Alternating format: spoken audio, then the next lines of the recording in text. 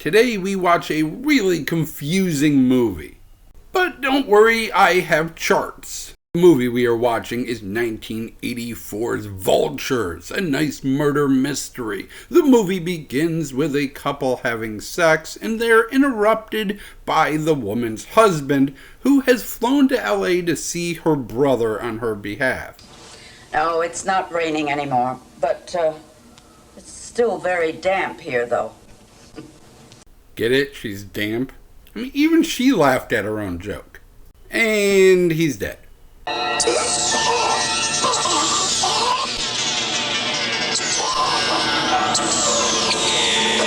The theme of people continuing to die right after seeing Ramon will continue throughout this movie, but first we must meet our main character, Carlos, who's not happy to see this police officer. One of your relatives was murdered last night. Not again, Lou. Not again. You screwed up my life once. Don't do it again. Okay, so why does this cop just show him and say, hey, your relative's dead? Well, Carlos is going to explain it to his girlfriend, and I'm going to explain it to you with handy-dandy chart. Carlos is one of 4 children. Carlos, Rose, Ramon, and Elena. When their parents split up, Carlos and Rose stayed in America with Mom, and Ramon and Elena went to Mexico with Dad. Rose is married to Wally, but having an affair with Frank. Ramon has 2 kids, Michael and Richard, and Elena had a son who was murdered. Most of the family, excluding Elena, think Carlos is the one who did it, and that's why he's being harassed by the police. Ramon has a much younger wife, Hollywood superstar Pamela, who, as soon as Rose dies here in a second, spoilers, will also have an affair with Frank. This is where the theme I mentioned earlier begins. Everybody's in LA to see Ramon. He's dying and they all want part of his fortune. So they visit Ramon, and then, oh no, they're dead. Poor baby. Rose goes to see Ramon, dead. Pamela goes to see Ramon, dead. Elena goes to see Ramon. Elena, my God, what happened? She's dead, Carlos. Everyone who goes to see Ramon is dead. But this time, they don't die right away. And Elena finds out that's not fucking Ramon. That man is not our brother. It is not Ramon. Ramon was left-handed, and the man in the bed cheers with his right hand. Also called her by her name Elena, and Ramon always called her little girl. By the way, Frank and Michael are dead too.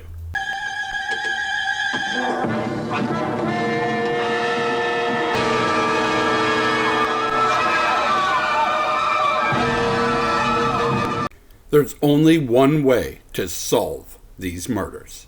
We must go to a Barbra Streisand concert. Sure. Sing a song of cheer again. Happy night, happy time. So you can understand why Michael had to die. He's in line for the inheritance. This is all about money. But why did Frank have to die? Well, Frank recognized Ramon's doctor as a small-time talent agent he knew back in New York City. Is Mr. Garcia out here?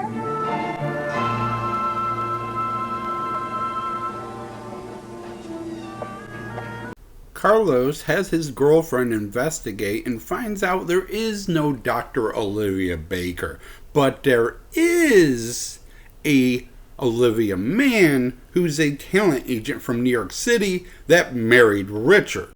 So, with all this in mind, Carlos is able to convince the cop he is not the killer and something shady's going on with Richard and Olivia.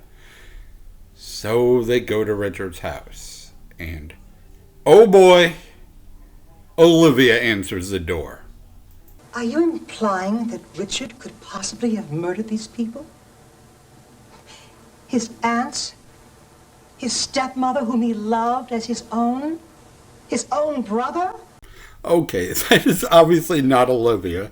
That is Richard dressed up as his wife, because Jim Bailey plays 6 characters in this movie, and nobody notices.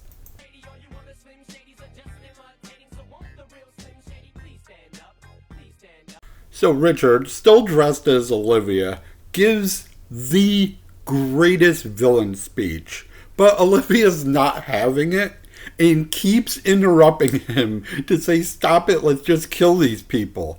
Can the shit, Richard. This last little number was totally unnecessary. All right, Richard, that's enough. Richard. Undeterred, he proceeds to go through all 6 characters he's played in the movie and act out their major parts. Don't Richard me! I have worked on this a very, very long time. And I want them to know every brilliant detail. Your cares and troubles are gone. That asshole brother of mine. Oh, please. Oh, Miss Streisand. Oh, you are marvelous. Oh, there's no one quite like you. There's no one that sings quite like you. Oh, Miss Streisand, that stupid idiot didn't even know his own brother. And the craziest thing is afterwards, Olivia says, "You know what? Fucking worth it." Richard. You were right. And I apologize for being so testy downstairs. It was important to tell them about everything. Overall, what a weird movie. Carlos is the main character of this, but Jim Bailey obviously steals the show. The director must have loved him. It's directed by a guy named Paul Letter, who has one movie people have ever heard of called Ape.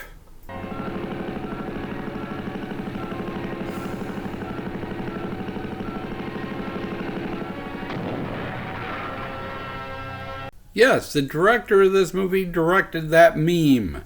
Yay! Yeah, I enjoyed this movie though, and I enjoyed making all the charts for you folks. It's so dumb. Every time I'm looking like, hey, that's Jim Bailey again, and that's Jim Bailey. You can look at my notes, and I have a little asterisk like every time Jim Bailey shows up. But nobody in the movie notices. That's their brother. Don't notice. I guess they try to explain it away with the family was torn apart after Carlos was accused of the murder of Elena's kid. But there's no excuse for thinking that Jim Bailey is actually Barbra Streisand. They hire Barbra Streisand for a giant concert. There's hundreds of people there. And Richard performs as her and nobody notices. Here's Jim Bailey as Barbra Streisand at the Super Bowl in 1978.